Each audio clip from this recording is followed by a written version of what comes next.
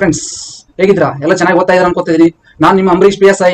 So ನಿಮ್ಗೆ ಈಗಾಗಲೇ 6ನೇ ದಿನದ ಪ್ಲಾನ್ ಏನ್ ಹೇಳಿದ್ದೆ ನಾನು, ಅದೆಲ್ಲ ಚೆನ್ನಾಗಿ ಓದ್ಕೊಂಡಿದ್ರ ಅನ್ಕೋತೀನಿ. ಇವತ್ತು ನಾನು ನಿಮ್ಗೆ 7ನೇ ದಿನದ್ದು ಏನ್ ಓದ್ಬೇಕು, ಎಷ್ಟು ಟಾರ್ಗೆಟ್ ಏನಂತ ಹೇಳ್ತಾ ಇದೀನಿ. 7ನೇ ದಿನದ ಏನ್ ಓದ್ಬೇಕು ಅನ್ನೋದು ಹೇಳ್ತಾ ಇದೀನಿ. ಬಟ್ ಇದಕ್ಕಿಂತ ಮುಂಚೆ ನೀವು ಈ ಅಪ್ ಟು ಸಿಕ್ಸ್ತ್ ಡೇ ನೀವೇನೇನು ಹೆಂಗ್ ಓದಿದ್ರಾ, ಏನಾಯ್ತು, ಅದರಿಂದ ಏನ್ ನಿಮ್ಗೆ ಏನಾದ್ರು ಬೆನಿಫಿಟ್ ಆಗ್ತಿದ್ಯಾ ಅದನ್ನ ಕೆಳಗಡೆ ಕಮೆಂಟ್ ಅಲ್ಲಿ ತಿಳಿಸ್ಬೇಕು. ಅಂದ್ರೆ ನನಗೆ ನೆಕ್ಸ್ಟ್ ಸೆಷನ್ ಅಲ್ಲಿ ಇದು ಹೆಂಗೆ ಏನಾದ್ರು ಇಂಪ್ರೂವ್ಮೆಂಟ್ ಮಾಡ್ಕೊಳ್ಳಿಕ್ಕೆ ಏನಾದ್ರು ಇದ್ರೆ ಹೆಲ್ಪ್ ಆಗುತ್ತೆ.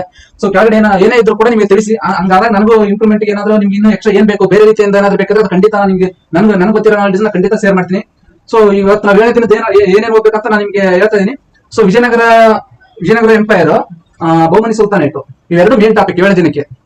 ಅದ್ರ ಜೊತೆಗೆ ಈ ಭಕ್ತಿ ಮೂವ್ಮೆಂಟ್ ಆಗಿರ್ಬೋದು, ಸೂಫಿ ಮತ್ತೆ ಈ ವಚನ ಹರಿದಾಸರು ಇವರೆಲ್ಲ ಏನ್ ಬರ್ತಾರೆ, ಶಂಕರಾಚಾರ್ಯ, ರಾಮಾನುಜ, ಇವ್ರು ರಿಲೇಟೆಡ್ ಆಗಿ ಒಂಚೂರು ನೋಡ್ಬೇಕು. ಇವ್ರ ಮೇಲೆ ಕೂಡ ಅಲ್ಲೊಂದು ಕ್ವಶನ್ಸ್ ಬಂದಿದ್ದಾವೆ.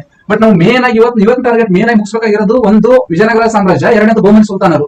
ಇವೆರಡರ ಮೇಲೆ ತುಂಬಾ ಕ್ವಶನ್ಸ್ ನಾವು ಎಕ್ಸ್ಪೆಕ್ಟ್ ಮಾಡಬಹುದು. ಎರಡರಿಂದ ಈ ಭಕ್ತಿ ಮತ್ತೆ ಸೂಫಿ ಇದು ಅಷ್ಟು ಇಂಪಾರ್ಟೆಂಟ್ ಅಲ್ಲ. ಬಟ್ ಸ್ಟಿಲ್ ನಿಮ್ಗೆ ಹಿಸ್ಟ್ರಿ ಅಂದ್ರೆ ಎಲ್ಲ ರೀತಿಯಿಂದ ಕವರ್ ಆಗಿರ್ಬೇಕಲ್ಲ, ನಾವ್ ಇಲ್ಲೆಲ್ಲ ರಿಸ್ಕೊಳಕ್ಕಾಗಲ್ಲ. ಸೊ ನಾನೀಗ ಫಸ್ಟ್ ವಿಜಯನಗರ ಸಾಮ್ರಾಜ್ಯ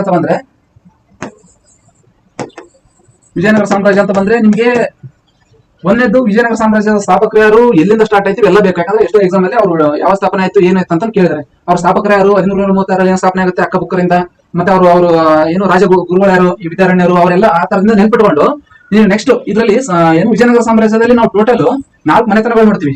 ಒಂದು ಸಂಗಮ, ಸಾಳುವ, ತುಳುವ,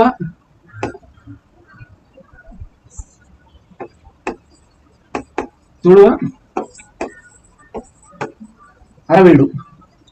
ನನ್ಗೆ 2 ಭಾಷೆಯಲ್ಲಿ ಬರೀತೀನಿ. ಯಾಕಂದ್ರೆ ನನಗೆ ಕನ್ನಡ ಅಷ್ಟು ಇತ್ತೀಚೆಗೆ ಓದಿರೋ ಜಾಸ್ತಿ ಇಂಗ್ಲಿಷ್ ಎಲ್ಲ ಇದ್ರಿಂದ ಕನ್ನಡ ಬರೆಯೋದು ಸ್ವಲ್ಪ ಕಷ್ಟ ಆಗುತ್ತೆ. ಬಟ್ ನಾನು 2 ಮಿಕ್ಸ್ ಅಪ್ ಮಾಡ್ತೀನಿ. ನಿಮ್ಗೆ ಕನ್ನಡ ಇದ್ರೆ ಇಷ್ಟು ಬೇಸಿಕ್ PSI ಹೋದಾಗ ಇಷ್ಟು ಬೇಸಿಕ್ ಗೊತ್ತಿರುತ್ತೆ ಅನ್ಕೋತೀನಿ. ಅದು ಕನ್ನಡದಲ್ಲಿ ಆಗಿರ್ಬೋದು, ಇಂಗ್ಲಿಷ್ ಅಲ್ಲಿ ಆಗಿರ್ಬೋದು. ನಾನು ಮಾತಾಡೋದಲ್ಲ ಕನ್ನಡದಲ್ಲೇ ಮಾತಾಡ್ತೀನಿ. ಬಟ್ ಬರೆಯೋದ ಮಾತ್ರ ನಾನು ಇಂಗ್ಲಿಷ್ ಅಲ್ಲಿ ಬರೀತಿದ್ದೆ. ಬಟ್ ಇದು ಕನ್ನಡದಲ್ಲಿ ಬರೆದಿದ್ದೀನಿ. ಸೊ ಇದರಲ್ಲಿ ಇವು 4 ಮನೆತನಗಳ ಬಗ್ಗೆ ಫಸ್ಟ್ ಗೊತ್ತಿರ್ಬೇಕು. ಯಾಕಂದ್ರೆ ಎಷ್ಟೋ ಎಕ್ಸಾಮ್ ಅಲ್ಲಿ ಯಾರಾದ್ರೂ ರಾಜ, ಫಾರ್ ಎಕ್ಸಾಂಪಲ್ ಕೃಷ್ಣದೇವರಾಯ ಯಾವ ಮನೆತನಕ್ಕೆ ಸೇರಿದ ಅಂತ ಕೇಳಿದ್ರೆ ಕ್ವಶನ್. ಸೊ ಇದರಲ್ಲಿ ಈ ವಿಜಯನಗರ ಸಾಮ್ರಾಜ್ಯದಲ್ಲಿ ಮೇನ್ ಆಗಿ ಈ ಸಂಗಮ, ಸಾಳುವ, ತುಳು, ಅರವೀಡು, ನಾಲ್ಕು ಮನೆತನಗಳು. ಅದು ಕ್ರೋನಾಲಜಿ, ಅವ್ರ ಟೈಮಿಂಗ್ ಎಲ್ಲಿ ತನ ಬಂತು, ಟೈಮಿಂಗು ನೆನ್ಪಿಟ್ಕೊಳ್ಳಿ. ಮತ್ತೆ ಈಗ ಫೇಮಸ್ ಇದ್ರೆ ಅವ್ರು ಯಾರು, ಈಗ ಫಾರ್ ಎಕ್ಸಾಂಪಲ್ ಈಗ ಸಂಗಮ, ಸಾಳುವದಲ್ಲಿ, ತುಳುವದಲ್ಲಿ ಕೃಷ್ಣದೇವರಾಯ ಬರ್ತಾನೆ. ಕೃಷ್ಣದೇವರಾಯ ತುಳುವದಲ್ಲಿ ಬರ್ತಾರೆ. ಸೊ ಈಗ ಎರಡನೇ ದೇವರಾಯ ಬರೋದು ಸಂಗಮದಲ್ಲಿ, ದೇವರಾಯ 2 ದೇವರಾಯ 2 ಬರೋದು ಸಂಗಮದಲ್ಲಿ. ಅವ್ನು ಕೂಡ ತುಂಬಾ ಫೇಮಸ್. ಸಾಕಷ್ಟು ಜನ ಬರ್ತಾರೆ. ನಾನು ಯಾಕೆ ಒಬ್ಬೊಬ್ರು ಮೆನ್ಷನ್ ಮಾಡ್ತಿದ್ದೀನಿ ಅಂದ್ರೆ, ಕೆಲವೊಬ್ರು ತುಂಬಾ ಅವ್ರ ಆಡಳಿತಾತ್ಮಕವಾಗಿ ತುಂಬಾ ಬದಲಾವಣೆಗಳು ತಂದು ಒಳ್ಳೆ ಆಡಳಿತ ಕೊಟ್ಟಿದ್ರಿಂದ ನಾವು ನೆನ್ಪಿಡ್ತೀವಲ್ಲ. ಹಂಗಾಗಿ ಇಲ್ಲಿ ಕೃಷ್ಣ ದೇವರಾಯ 2 ಮತ್ತೆ ದೇವರಾಯ 1 ಇಲ್ಲೇ ಬರ್ತಾನೆ.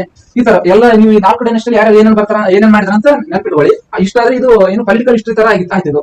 ಇದಾದ್ಮೇಲೆ ವಿಜಯನಗರ ಸಾಮ್ರಾಜ್ಯ ಹೋಲಿಸ್ಟಿಕ್ ಆಗಿ ಅವ್ರು ಯಾವ ಟೆಂಪಲ್ ಕಟ್ಟಿಸಿದ್ರು, ಯಾವ ಆರ್ಕಿಟೆಕ್ಚರ್, ಮ್ಯೂಸಿಯಂ, ಸಂಗೀತಕ್ಕೆ, ಸಾಹಿತ್ಯಕ್ಕೆ ಏನೇನು ಕೊಡುಗೆ ನೀಡಿದ್ರು ಅನ್ನೋದು ಎಲ್ಲಾ ರೀತಿಯಿಂದ ಬೇಕು. ಮತ್ತೆ ಅವ್ರು ಆಡಳಿತಾತ್ಮಕವಾಗಿ ಈಗ ಅಯ್ಯಗಾರ ಸಿಸ್ಟಮ್ ಅಂತ ಇರ್ತಾರೆ, ಈಗ ನಾಯಕರ ಸಿಸ್ಟಮ್ ಅಂತ ಅಂದ್ರೆ ನಾಯಕರ ಪದ್ಧತಿ ಅಂತಲ್ಲ, ಅವೇನ್ ತರ್ತಾರಲ್ಲ, ಈ ಎಲ್ಲದ್ರ ಮೇಲೆ ಕೂಡ ಹಿಂದಿನ ಪ್ರಶ್ನೆಗಳಲ್ಲಿ ಸಾಕಷ್ಟು ಪ್ರಶ್ನೆಗಳು ಆಗಿದ್ದಾವೆ. ಸೊ ವಿಜಯನಗರದಿಂದ ನೀವು ಇಷ್ಟನ್ನು ಈ ಪೊಲಿಟಿಕಲ್ ಹಿಸ್ಟ್ರಿ ತಿಳ್ಕೊಳ್ಳೋ ಜೊತೆಗೆ ಅದು ಆರ್ಕಿಟೆಕ್ಚರ್ ಅದನ್ನು ಚೆನ್ನಾಗಿ ತಿಳ್ಕೊಂಡ್ರೆ ಸಾಕು. ಮತ್ತೆ ಫಾರ್ ಎಕ್ಸಾಂಪಲ್ ಈಗ ಇಲ್ಲಿ ವಿಜಯನಗರ ಸಾಮ್ರಾಜ್ಯಕ್ಕೆ ಸಾಕಷ್ಟು ಈ ವಿದೇಶಿ ಪ್ರವಾಸಿಗರು ಬಂದು ಹೋಗ್ತಾರೆ.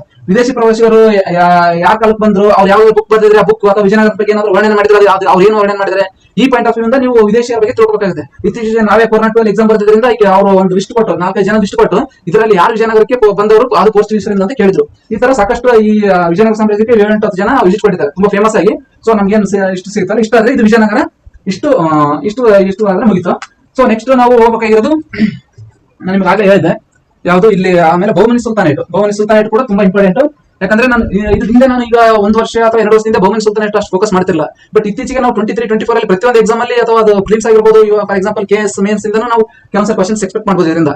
ಸೊ ನೀವು PSI ಗೆ ಇತ್ತೀಚೆಗೆ ಈಗ ಟ್ರೆಂಡ್ ಯಾಕೋ ಅವರು ಎಕ್ಸಾಮ್ನರ್ಗೆ ಈಗ ಬಹುಮನಿ ಸುಲ್ತಾನ್ ಅವ್ರ ಮೇಲೆ ಜಾಸ್ತಿ ಫೋಕಸ್ ಹೋಗ್ತಾ ಇದೆ ಅಂದ್ರೆ ನಾವು ರಿಸ್ಕ್ ತಗೊಂಡಿಲ್ಲ. ಅಟ್ಲೀಸ್ಟ್ ಈ ಬಹುಮನಿ ಸುಲ್ತಾನೇಟ್ ಬಗ್ಗೆ ಬೇಸಿಕ್ ಆಗಿ ಇವರು ಯಾವಾಗ ಎಲ್ಲಿಂದ ಸ್ಥಾಪನೆ ಮಾಡಿದ್ರೆ, ಯಾರು 1347ರಲ್ಲಿ ಹಸನ್ ಗಂಗು ಬಹುಮನಿ ಶಾಂತಿ ಸ್ಥಾಪನೆ ಮಾಡ್ತಾನೆ. ಅಲ್ಲಿಂದ ಹಿಡ್ಕೊಂಡು ಬ್ರೀಫ್ ಆಗಿ, ನೀವೇ ಡೆಪ್ತ್ ಆಗಿ ಹೋಗೋ ನೆಸೆಸಿಟಿ ಇಲ್ಲ, ಬ್ರೀಫ್ ಆಗಿ ಐಡಿಯಾ ಇರಬೇಕು ಅಲ್ಲಿಂದ. ಯಾಕಂದ್ರೆ ಇಷ್ಟು ಕ್ರೋನಾಲಜಿ ಅಂದ್ರೆ ಅಲ್ಲಿ ಈಗ ಅರೌಂಡ್ 3-4 ಶತಮಾನಗಳು ಆಳಿದಾರೆ ಅವರು. ಅಲ್ಲಿಂದ ಯಾರಾದೇನಾದ್ರೂ ಇದ್ದಿದ್ರೆ ಇದು ಮಾಡ್ಕೊಂಡ್ ಬರ್ಬೇಕು. ಇದಾದ್ಮೇಲೆ ಇಲ್ಲಿ ಈ ಬಹುಮನಿ ಸುಲ್ತಾನೇಟ್ ಅನ್ನೋದು ಅಂದ್ರೆ ಡೆಕ್ಕನ್ ಸುಲ್ತಾನೇಟ್ ಅಂತ ನಾವು ಕರಿತೀವಲ್ಲ, ಇದೇನಾಗುತ್ತೆ ಅಂದ್ರೆ ನೆಕ್ಸ್ಟ್ ಇದು ಡಿವೈಡ್ ಆಗಿ 5 ವಂಶಗಳ ಸಂತತಿಗಳಾಗಿ ಇದು ಮಾಡ್ತಾರೆ. ಒಂದು ಬಿಜಾಪುರದ ಆದಿಲ್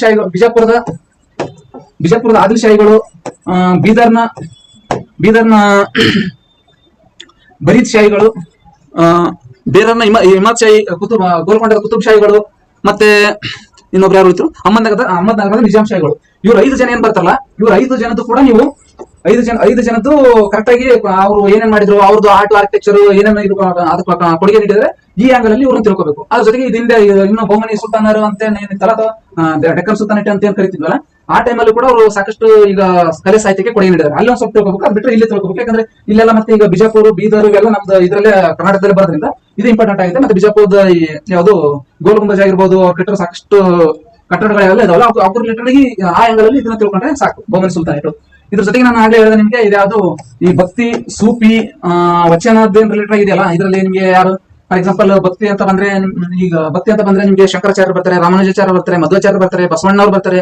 ಇವ್ರೆಲ್ಲರೂ ಭಕ್ತಿ ರಿಲೇಟೆಡ್ ಆಗಿ ಅವ್ರು ಏನ್ ಮೀರಾಬಾಯಿ ಬರ್ತಾರೆ, ಅಕ್ಕಮದೇವಿ ಬರ್ತಾರೆ. ಅವ್ರು ಎಲ್ಲರನ್ನು ಅಟ್ಲೀಸ್ಟ್ ಒಂದು ಬೇಸಿಕ್ ಇನ್ಫಾರ್ಮೇಶನ್ ನಿಮ್ಗೆ ಇರಬೇಕು. ಈ ಭಕ್ತಿ ಸೂಫಿ ಅಂತ ಸೂಫಿ ಆರ್ಡರ್ಸ್ ಅಂತ ಬರ್ತವೆ. ಈ ಯಾವ್ದು ಒಂದು 4-5 ತರ ಆರ್ಡರ್ಸ್ ಅಂತ ಬರ್ತಾವೆ. ಅಂದ್ರೆ ಡಿಪೆಂಡಿಂಗ್ ಆನ್ ಅವ್ರದ್ದೇನು ಇದಾಗುತ್ತೆ. ಈಗ ಸೂಪಿಯಲ್ಲಿ ಈಗ ಇಲ್ಲಿ ನಮ್ಗೆ ಯಾರು ಕಲಬುರಗಿಗೆ, ಬೀದರ್ಗೆ ಬಂದು ಒಬ್ಬ ಸೂಫೀಸ್ ಅಂತ ನೆಲೆಸಿದ್ದ, ಆ ರೀತಿಯಿಂದ ಎಲ್ಲಿ ನಮ್ಮ ಕರ್ನಾಟಕ ಏನಾದ್ರು ಸಂಬಂಧ ಇದ್ರೆ, ಅಥವಾ ಅವ್ರದ್ದು ಏನಾದ್ರು ತುಂಬಾ ಇಂಪಾರ್ಟೆಂಟ್ ಇದ್ರೆ, ಅಥವಾ ಯಾವ್ದಾದ್ರು ರಾಜರ ಕಾಲದಲ್ಲಿ ಯಾರಾದ್ರೂ ಬಂದು ಅವ್ರು ಯಾರಾದ್ರೂ ರಾಜರ ಅವ್ರಿಗೆ ಆಶ್ರಯ ಕೊಟ್ಟಿದೆ, ಆ ರೀತಿಯಿಂದ ನೋಡ್ಕೋಬೇಕು. ಇನ್ನು ವಚನಕಾರರು, ಅದು ಅದೇ ನಾನು ಇಲ್ಲಿ ಆಗ್ಲೇ ಬಸವಣ್ಣ ಅಕ್ಕಮದೇವಿ ಅಂತ ಹೇಳಿದೆ. ವಚನಕಾರಲ್ಲಿ ಬೇರೆ ಬೇರೆ ವಚನಕಾರರು ಬರ್ತಾರೆ. ಅವ್ರನ್ನೊಂದಿಷ್ಟು ಜನ ನೋಡ್ಕೊಂಡ್ರೆ ಇಷ್ಟು ಬ್ರೀಫ್ ಆಗಿ ಹೇಳಿದ್ರೆ ಸಾಕು. ಇದು ಮತ್ತೆ ಇದನ್ನೇ ನಾವೀಗ ಇಲ್ಲಿ ಯಾರು ಇದೇ ಏನು ಭಕ್ತಿ ಮೂಮೆಂಟ್ ಈ ಸೌತ್ ಇಂಡಿಯಾ ಬಂದ್ರೆ ಇದನ್ನ ಏನು ನಯನಾರರು ಅಂತಾರೆ, ಎಲ್ಲಿ ತಮಿಳುನಾಡಿನ ಭಾಗದಲ್ಲಿ. ಅಲ್ಲಿ ಕೂಡ ಅಲ್ಲಿ ಏನಾದ್ರೆ ಇವ್ರು ಆಳ್ವಾರ್ ಅಂದ್ರೆ ಅವ್ರು ಯಾವ ಸಿದ್ಧಾಂತ ಫಾಲೋ ಮಾಡ್ತಿದ್ರು, ನಯನಾರ್ ಅಂದ್ರೆ ಅವ್ರು ಯಾವ ಫಾಲೋ ಮಾಡ್ತಿದ್ರು. ಇದ್ರ ಜೊತೆಗೆ ಮತ್ತೆ ಇವರು ಯಾವ್ದು ಕಬೀರ ಯಾರು ರಮಾನಂದ, ಚೈತನ್ಯ ಮಹಾಪ್ರಭು, ಇವ್ರ ಬಗ್ಗೆ ಒಂದ್ ಸ್ವಲ್ಪ ತಿಳ್ಕೊಬೇಕು. ಇದ್ರ ಜೊತೆಗೆ ಗುರುನಾನಕ್ ಇಂಪಾರ್ಟೆಂಟ್. ಗುರುನಾನಕ್ ನಾವು ಯಾರು ಇವರು ಸಿಖ್ ಧರ್ಮ ಏನಿದೆಯಲ್ಲ, ಸಿಖ್ ಧರ್ಮ ಎಸ್ಟಾಬ್ಲಿಷ್ ಮಾಡಿದ್ರೆ ಇವ್ರದ್ದು. ಯಾಕಂದ್ರೆ ಈ ಸಿಖ್ ರಿಲೇಟೆಡ್ ಆಗಿ ಸಾಕಷ್ಟು ನಾವು ಈ ಸಿಖ್ಖರು ಮತ್ತೆ ಮುಘಲರ ಮತ್ತೆ ಸಾಕಷ್ಟು ಇದು ನಡೀತವೆ. ಅವ್ರು ಯಾರೋ ಔರಂಗಜೇಬ್ ಆಗಿರ್ಬೋದು, ಇವ್ರಾಗ ಯಾರು ಜಹಾಂಗೀರ್ ಆಗಿರ್ಬೋದು, ಈ ಸಿಖ್ ಗುರುಗಳನ್ನ ಕಲ್ತಾ ಹೋಗ್ತಾರೆ.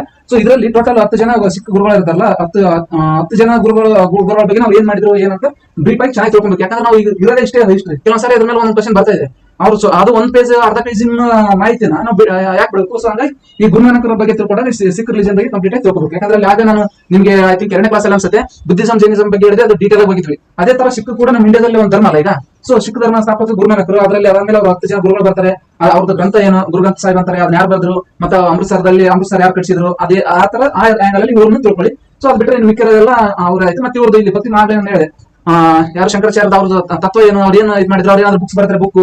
ಮತ್ತೆ ಈ ಪುರಂದರದಾಸರು, ಕನಕದಾಸರು ಕನಕದಾಸರು ಹರಿಭಕ್ತಿ ಸಾರ ಬರೀತಾರೆ, ರಾಮದಾನ ಚರಿತೆ ಬರೀತಾರೆ, ನಳದಮಯಂತಿ ಬರೀತಾರೆ. ಅವೆಲ್ಲ ಬುಕ್ಸ್ಗಳೆಲ್ಲ ಇಂಪಾರ್ಟೆಂಟ್. ಅವ್ರು ಆ ರಿಲೇಟೆಡ್ ಆಗಿ ಕೂಡ ಇದನ್ನ ಕವರ್ ಮಾಡ್ಕೊಂಡ್ರೆ ನಿಮ್ಗೆ ಡೇ 7 ಕಂಪ್ಲೀಟ್ ಆಗಿ ನಾನು ಮಾಹಿತಿ ಕೊಟ್ಟಿದ್ದೀನಿ. ಡೇ 7 ಇಷ್ಟು ನಾನು ಇವತ್ತು ನಿಮಗೆ ಕೊಟ್ಟಿರೋ ಟಾರ್ಗೆಟ್.